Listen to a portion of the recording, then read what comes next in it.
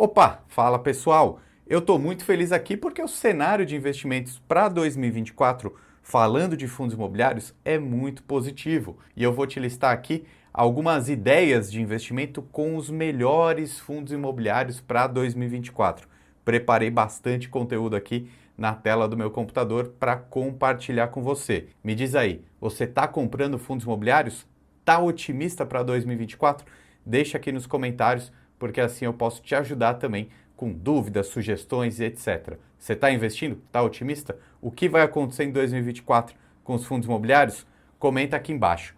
Então, galera, já colocando 3 grandes motivos para investir em fundos imobiliários nesse ano que vai chegar. O ponto número 1 é que a taxa Selic está em queda. Então, isso daqui é um movimento cíclico, você sabe que a Selic está caindo e quando isso acontece, os fundos imobiliários sobem.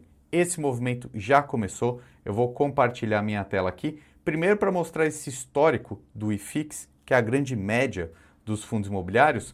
Lá em 2016 a gente teve o mesmo cenário, taxa Selic caindo, e de 2016 até 2019 a gente viu essa alta aqui gigante, a gente está falando de quase 140% de lucro com os fundos imobiliários, que são um ativo da nossa economia bem estável, né? Eu considero um investimento seguro, tá? Embora seja renda variável, quem sabe o que está fazendo fica bem tranquilo.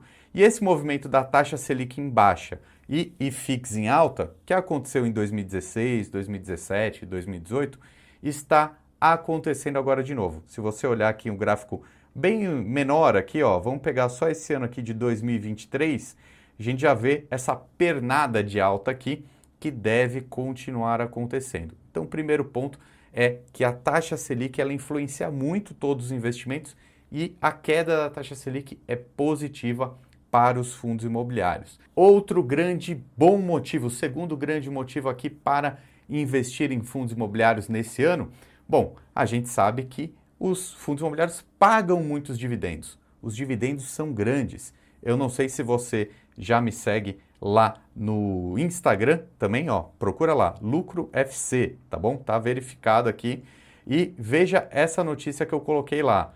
Mais de 40% dos FIIs pagam dividendos acima do CDI, ou seja, o movimento de queda da taxa Selic também deixa os dividendos dos FIIs mais atrativos. Então esse é o segundo grande motivo.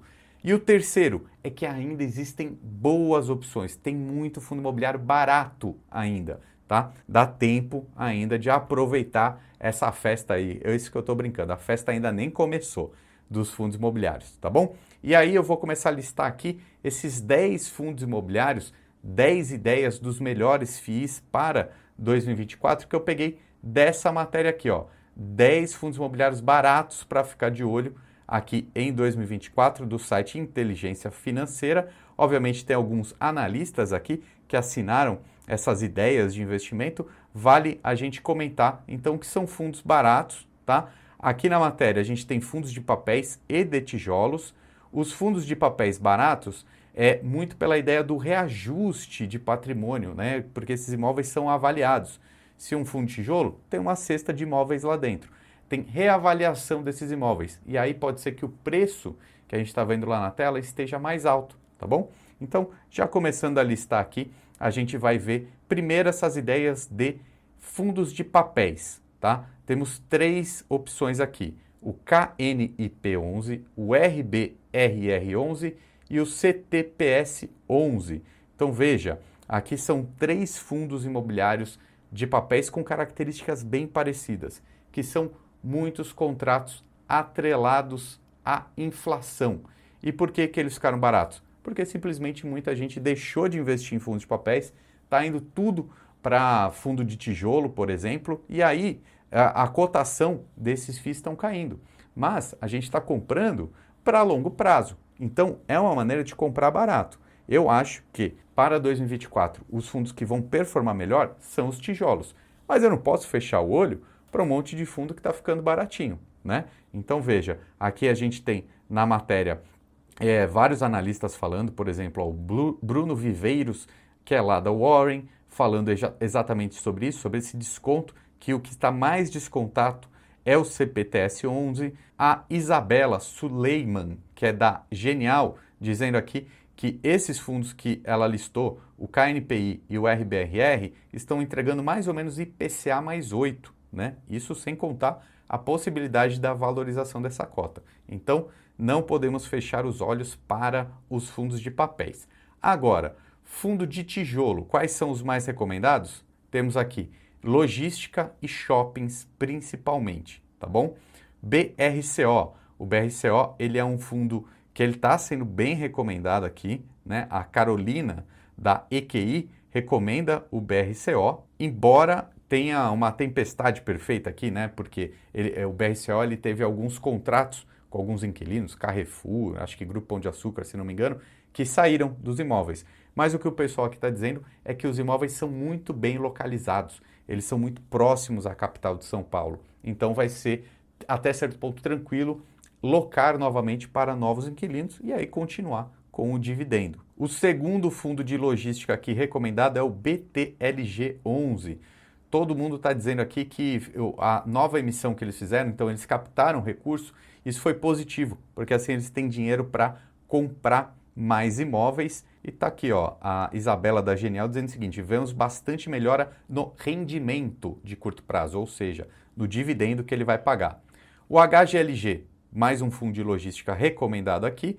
Esse daqui é o fundo que tem maior histórico, excelente qualidade, e agora que teve aquela informação que a Pátria vai continuar, a Pátria comprou, né, uma gestora, ela comprou o HGLG, mas vai continuar com a mesma equipe de gestão, então isso foi muito positivo, por isso que está aqui entre os destaques para 2024. Outro fundo, agora falando de shopping centers, o HSML11, que está aqui segundo o João Freitas, lá da Toro Investimentos, dizendo que pode ter uma reavaliação patrimonial desse fundo. Então é exatamente aquele ponto que a gente falava, né? O valor patrimonial que está lá no fundo agora pode ser que mude. E se esse valor patrimonial, ou seja, esse conjunto de imóveis, vale mais do que foi precificado um ano atrás, aí aquela relação preço sobre valor patrimonial vai ficar melhor para nós investidores. Ou seja, vai ficar mais baixa, vai ficar mais barata. Tá? Pelo menos essa aqui é a aposta do João e, obviamente, o setor de shopping centers está muito bem postado para esse ano. Por quê? Porque é o que a gente fala, né? São ativos reais. Um shopping center, um fundo de shopping center, como que o shopping lucra? Né? Precisa de pessoas consumindo.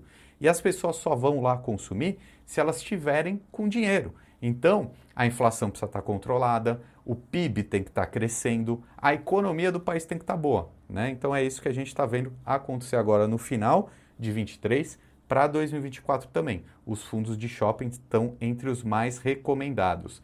E aí um outro setor que também está sendo um destaque aqui é o de renda urbana. Estamos falando do HGRU11. Olha só, a Carolina Borges lá da EQI diz o seguinte: esse segmento tem saído muito bem, com resultados bem positivos para os investidores. Aqui a gente está falando de renda urbana, o que é? São comércios em rua, né? na rua mesmo. Então tem, por exemplo, supermercado, Pão de Açúcar, está aqui, loja de departamento, instituição de ensino, né? São comércios em rua. Né? Então não é shopping center, mas também depende muito dessa economia real e o HGRU é um dos que tem mais qualidade nesse setor. Não sei se ele se encontra exatamente barato nesse momento que a gente grava o vídeo. Talvez, se houver uma reavaliação dos imóveis, de repente o PVP diminui um pouquinho, mas está aqui entre os destaques pela qualidade que ele tem.